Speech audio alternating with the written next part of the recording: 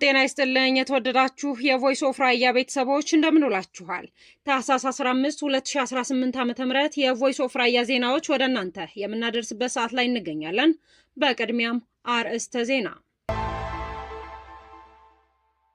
በራያ አላማጣ ወረዳ ጥሙጋ ቀበሌና በአላማጣ ከተማ 04 ቀበሌ ሀርክሳ ተብሎ በሚታወቀው አካባቢ ወጣቶች በታጣቂዎች መታፈናቸው ከስፍራው ለቮይስ ኦፍ ራያ ሚዲያ ተናገሩ።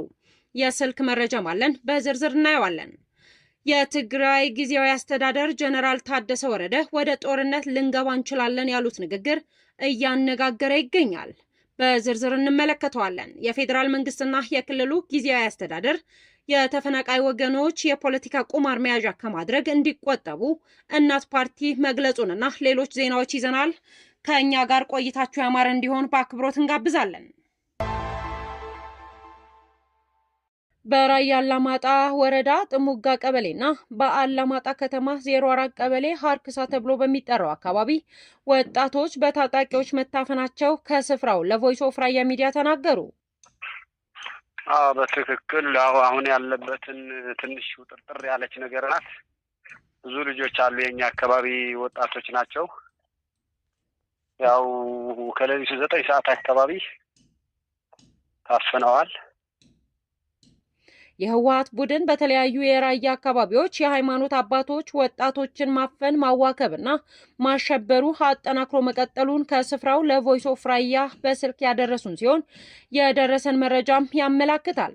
በመሆኑም በትላንትናው ዕለት ከሌሊቱ 9 ሰዓት ተኩል አካባቢ በርካታ ሰዎች በህወሓት ታጣቂዎች መታፈናቸውም ለማወቅ ተችሏል። በዚህም መሰረት ሰለሞን ጸጋይ አማረ፣ መንገሻ ራርሳ፣ ማረጉ ለገሱ፣ አማረ ደባሽ፣ ሞላ ዝናቤ፣ ጌታሁን ሲሆኑ የራያ ሀገረ ስብከት የስብከተ ወንጌል ኃላፊ ቄስ ካህሳይ ቢወጣም እስከ ዛሬ በህወሓት ታጣቂዎች ታፍነው እንደሚገኙ መዘገባችንም ይታወሳል። ይህ አፈናም በተለያዩ የራያ ከተሞች ጨምሮ በዋጃ ራያም አፈናው ተጠናክሮ መቀጠሉ ከራያ ዋጃ የዓይን እማኞች ከስፍራው ይገልጻሉ። ከእያንዳንዱ ቀበሌዎች በገጠር ቀበሌዎች ራያ አላማጣ አካባቢ ናቸው አብዛኛዎቹ የተወሰዱት። በራያ አላማጣ ወረዳ ጥሙጋ ቀበሌና በአላማጣ ከተማ 04 ቀበሌ ሀርክሳ አካባቢ በተለያዩ የራያ አካባቢዎች በርካታ ወጣቶች በህወሓት ታጣቂዎች መታፈናቸውንና ህዝቡን ማዋከብ ተጠናክሮ መቀጠሉንና ወጣቶቹ የተወለዱበትን ቀዬ እና አካባቢ አፈናውን በመሸሽ ወደ ተለያዩ አጎራባች ክልሎች እየተሰደዱ እንደሚገኙ ስማቸው እንዲጠቀስ ያልፈለጉ የራያ ዋጃ ወጣት ከስፍራው በስልክ ለራዮች ድምጽ ሚዲያ ገልጸዋል። በጣም አብዛኛው ወጣት አሁን እየወጣ ነው ያለው። ኦልሞስት ከተማው ባዶ ቀርቷል። ወዴት እንደሚሄድ አይታወቅም። ወደ ስደትም ሊሆን ይችላል፣ ወደ አዲስ አበባም፣ ወደ አማራ ክልልም፣ በቃ ወደ አፋርም እየወጣ ነው ያለው። እዚህ በጣም አስቸጋሪ ነው። ሁሉም ያው ዞሮ ዞሮ በሰቆቃ ነው ያለው። አሁን በጣም አስቸጋሪ ነው ያለው። ከተማው ጸጥ ረጭ ማለት ድሉ ትንሽ አሁን በየቀኑ እየቀነሰ ኦልሞስት ዛሬ የሮብ ገበያ ነበረ። ገበያውም ራሱ ኦልሞስት የለም ማለት ይቻላል። ሀፎ ማለት ግማሹ የዚች አካባቢ ወጣቶች በሙሉ ወጥተዋል። እዚህ በጣም አስቸጋሪ ነው። ያው ያለውም በመደበቅ እንጂ ያው ወጥቶ እንደ ባለፈው እንቅስቃሴዎች በጣም እንትን ሆነዋል። ያው ዞሮ እንግዲህ ፈጣሪ ሆነን ነው እንግዲህ። ኮማንድ ፖስቱ ምን እያደረገ ነው ማለት የመርዳት ፍላጎት የለውም? የለም ኦልሞስት አሁን ለምሳሌ አሁን እዚህኛ አካባቢ ያሉ ወጣቶች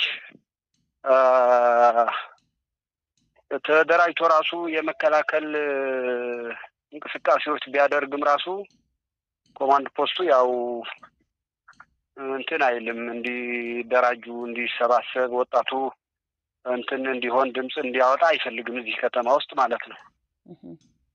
ለዚህ ያለው ኮማንድ ፖስቱ እዛ ያለበትን አካባቢ ብቻ ነው የሚጠብቀው። ራሳቸው ባሉበት ካምፑ ምኑ እዛ አካባቢ ነው። ስለዚህ ህዝቡን ሳይሆን ካምፓቸውን ነው የሚጠብቁት ማለት ነው። አዎ በቃ ያንን ነው የነሱ ያሉበትን ካምፕ ብቻ ነው እንጂ የህዝቡ በየፈለገው አሁን ለምሳሌ በጠራራ ፀሐይ ራሱ እኔም መውሰድ ይችላሉ። ማንንም ይል የለም። ቤተክርስቲያን ተደፍራለች። ቤተክርስቲያኗ ኢቭን ራሱ በ12 በሚካኤል ቤተክርስቲያን ያው በተለመደው ወርሃዊ እንትን ነበረ። ስብከቱ እንግዲህ ተደረገ ያለ በመሃል ዙሪያው ተከቦ ፖሊሶች በየፉች በጣም ኃይለኛ ውጥረት ነበረ። ኦልሞስት አባቶችን በተለያየ መልክ እናቶች፣ አባቶች እንትን ተብሎ ያው እነሱን ከለላ ቢደረግም ማታው ማዳን አልተቻለም። ኦልሞስት አንዳንዱ የነቃባት ወደ ሌላ ቦታ ቀይሮ የተኙ አሉ። አብዛኛዎቹ ደግሞ ያው ዞሮ ዞሮ በቤተክርስቲያን ዙሪያ ላይ የነበሩ አሉ። በቤታቸው የነበሩም ተይዘዋል፣ ታፍነዋል። ስለዚህ ወጣቱም አሁን ያለበትን እድል ማንም እንደማያድነው ስለሚያውቅ እንትን ማድረግ ነው ያለበት፣ መውጣት ነው ያለበት። ተደራጅተህ የራስን እርምጃ ወይም ደግሞ የራስን የመከላከል እንትን እንዳታደርግም ለምን የሚል ኃይል አለ። በዚህ ሌላ የታጠቀ ኃይል አለ፣ እዚህ የታጠቀ ኃይል የለውም ወጣቱ። ምክንያቱም ያለንበት እንትን ያው ከባድ ነው ፈተናው። ዞሮ ዞሮ ግን ይቅርታ የሚያፍኑበት ምክንያታቸው ምንድን ነው? የሚታፈኑ ልጆች ሊስት ውስጥ ያሉ ልጆች ናቸው። አንድ በቃ አብዛኛዎቹ የብልጽግና ደጋፊዎች ናችሁ እናንተ የትግራይን መንግስት ወይም ደግሞ ቲፒኤልኤፍን አትደግፉም ነው በቃ። ሌላ ምንም እንትን የላቸውም። ሌላ የተደረገ እንቅስቃሴ የለም፣ ወይም ደግሞ ሌላ እርምጃ ለመውሰድ የተዘጋጀ ኃይልም የለም። እነሱ ምንድን ነው የቲፒኤልኤፍ ጠላቶች ናችሁ ነው በቃ። ዋናው ነገር ይሄን ነው። እናንተ የብልጽግና መንግስት ደጋፊዎች ናችሁ።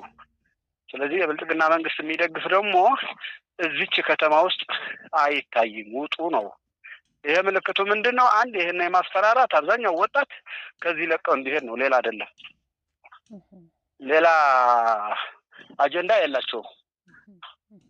ወጣቱ ያው እዚህ መንግስት የለኝም ብሎ ከዚህ ይለቃል።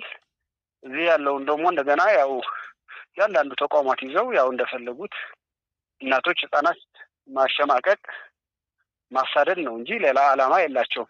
ኦልሞስት ትናንት ሌሊት የታፈኑት አብዛኛዎቹ ያው በአማራ ክልል ታጣቂ የነበራችሁ ናችሁ ተብለው ነው። ሌላው ግን ኦልሞስት ከዛ ምን ጭምር እንደገና በዚህ በስበራያ ምናምን የሚባል የተደራጀ ኃይልም ራሱ ማየት አንፈልግም፣ እነሱንም ያዙ እያሉ ነው። ዞሮ ዞሮ ግን መጨረሻችን ምን ሊሆን ይችላል አብረን የምናየው ይሆናል። ያው እንግዲህ እኛንም ቢሆን ለ2 ቀን ለ3 ቀን ብንቆይ ነው እንጂ እዚህ ወይ መታፈን ነው ወይ ለቀን መውጣት ነው ያለብን እድል ማለት ነው። አመሰግናለሁ። የራያ ወጣቶች እናቶችና አባቶች በተለያዩ ሰቆቃ ውስጥ እንደሚገኙና ከዚህ ሰቆቃና የመከራ ጊዜ ለመላቀቅ ሁሉም የራያ ማህበረሰብ በአንድነት የሚታገልበት ጊዜ መሆኑን በርካቶች ለቮይስ ኦፍ ራያ ሀሳብና አስተያየታቸውን እየላኩልን ይገኛሉ።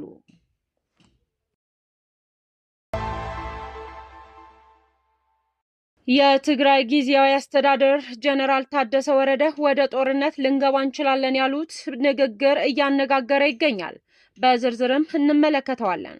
ጀነራል ታደሰ ወረደ ይህንን ያሉት በትናንትናው ዕለት በወቅታዊ ጉዳዮች ዙሪያ በሰጡት ጋዜጣዊ መግለጫ ነው። ተፈናቃዮች ካልተመለሱ ጦርነት ሊከሰት ይችላል ሲሉም ተደምጠዋል። ጀነራሉ ነገሩ ከቁጥጥር ውጪ እየወጣ ነው በማለት አስጠንቅቀዋል። የህጻጽን ወቅታዊ ሁኔታ በተመለከተ መግለጫ በሰጡበት ወቅት ነው ይህንን ማስጠንቀቂያ ያቀረቡት። ለረሃቡ ዘላቂ መፍትሄ ተፈናቃዮች መመለስ ነው ያሉት ጀነራሉ፣ ይህ ካልሆነ ግን ጦርነትን ማስቀረት አይቻልም በማለት ህወሓት በተፈናቃዮች ምክንያት ጦርነት ሊከፍት እንደሚችል ፍንጭ ሰጥተዋል። ነገሮች በዚህ ከቀጠሉ ከቁጥጥር ውጭ ይሆናሉ ሲሉ የቀጠሉም ሲሆን በዚህ ዓመት የግድ ተፈናቃዮች ወደ ቀያቸው መመለስ አለባቸው ብለዋል። ይህ ካልሆነ ግን ጦርነት መፍትሄ ሊሆን ይችላል ሲሉም አስጠንቅቀዋል። ፕሬዝዳንቱ በውስጥ ማብራሪያ በህጻጽ ጨምሮ በትግራይ ውስጥ ባሉ 146 የተፈናቃይ መጠለያ ጣቢያዎች የሚገኙ ተፈናቃዮች በከፍተኛ ችግር ላይ እንደሚገኙም ገልጸዋል።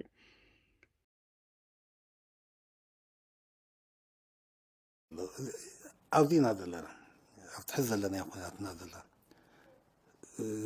سلام ولا تزبال نجر بزح يلا لي زيام حيسكا سلام زبال نجر يلا زيام مملاس حد عبي استيب حد عبي سجنتي نزل على سلامي فلذي كله نكينات زخون مخنيات ايو عارئنا ماليس كان مخنيات مقطع زخل ኩነታት ከም ዘሎ የሪና ሂማኒቴሪያን እዩ።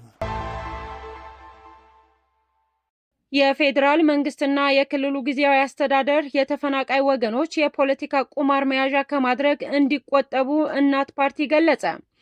በክልል ትግራይ በተለያዩ አካባቢዎች በድርቅና በእርዳታ አቅርቦት ችግር ከፍተኛ ረሃብ መከሰቱንና በመድኃኒት እጦት ዜጎች ለከፋ ችግር መጋለጣቸው መገንዘብ ችለናል ያለው እናት ፓርቲ በመግለጫው ችግሩ ከሰሞኑ በይፋ ይነገረን እንጂ በክልሉ የተለያዩ አካባቢዎች በተመሳሳይ ሁኔታ በሰቆቃ የሚያሳልፉ በርካታ ወገኖች መኖራቸው ይታወቃል ብሏል።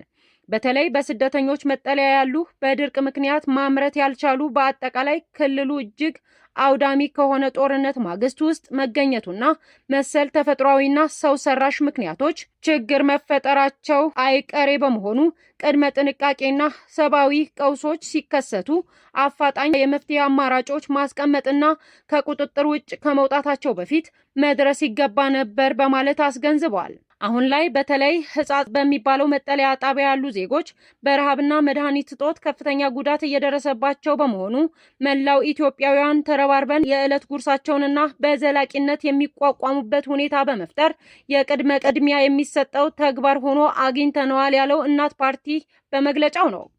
በትግራይ ያለው እጅግ የባሰበትና ጊዜ የማይሰጠው ሁኔታ አነሳን እንጂ ችግሩ በአማራ ክልል ባሉ እንደ ደብረ ብርሃን፣ ጃራ መጠለያ ያሉ ወገኖቻችን በመኖርና በመሞት መሃል ሆነው ቀናቸውን እንደሚገፉ ይታወቃል በማለት አጽንኦት ሰጥቶበታል ፓርቲው።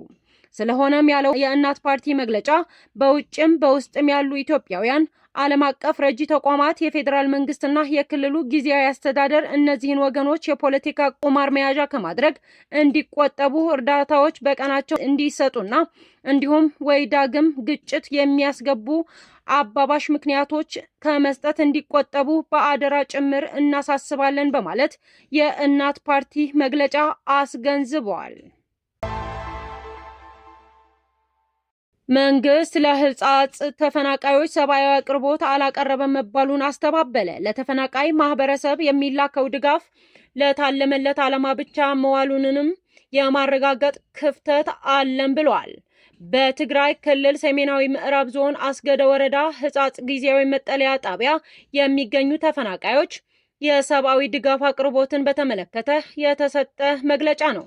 መንግስት በጊዜያዊ መጠለያ ጣቢያ የሚገኙ ዜጎቻችን ቅድሚያ ትኩረት በማድረግ የምግብ ሰብአዊ ድጋፍ እያቀረበ ይገኛል ያለው በመግለጫው፣ ሆኖም በተለያዩ ማህበራዊ ሚዲያዎች በሕጻጽ ጊዜያዊ መጠለያ ጣቢያ የሚገኙ ዜጎች የሰብአዊ ድጋፍ እንዳልደረሳቸው የሚገልጹ የተሳሳተና የመጠለያ ጣቢያው አጠቃላይ ሁኔታ የማይገልጽ ዘገባ ሆኖ አግኝተነዋል በማለት ገልጿል።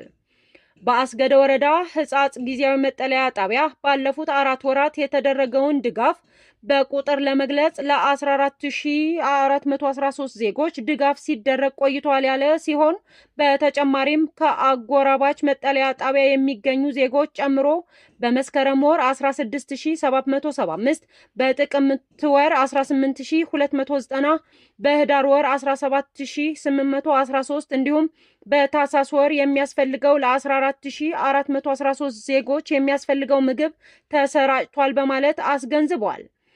በድምሩ 11406 ኩንታል ምግብ፣ ስንዴ፣ ማሽላ፣ ጥራጥሬና የምግብ ዘይት ባለፉት 4 ወራት እንዲደርሳቸው ተደርጓል ብሏል። ይህ ድጋፍ በገንዘብ ሲተመን ከ257 ሚሊዮን ብር በላይ ሆኗል በማለት አስታውሷል። በሌላ በኩል በክልሉ ጊዜያዊ አስተዳደር የተለያዩ የሰብአዊ ድጋፍ ችግሮች መኖራቸውንና ተጨማሪ የፌዴራል ድጋፍ እንደሚያስፈልግ ቢጠየቅ ኖሮ በኮሚሽናችን በኩል አስፈላጊውን ድጋፍ ለመፈጸም የሚያስችል ዝግጅት ላይ ያለን መሆኑን ለመግለጽ እንወዳለን ያለ ሲሆን በመግለጫው ለተፈናቃይ ማህበረሰብ የሚላከው ድጋፍ ለታለመለት ዓላማ ብቻ መዋሉን የማረጋገጥና ክፍተት ቢኖርም እንዲሟላ የማድረግ ኃላፊነት የክልሉና የአካባቢው ጊዜያዊ አስተዳደር መሆኑን እናሳውቃለን በማለት በመግለጫው አመላክቷል። የተከበራችሁ የቮይስ ኦፍ ራያ የራዮች ድምጽ ሚዲያ ቤተሰቦች ወደ እናንተ የደረስንላችሁ የዜና ጥንቅራችን በዚህ አበቃ። ሰላም።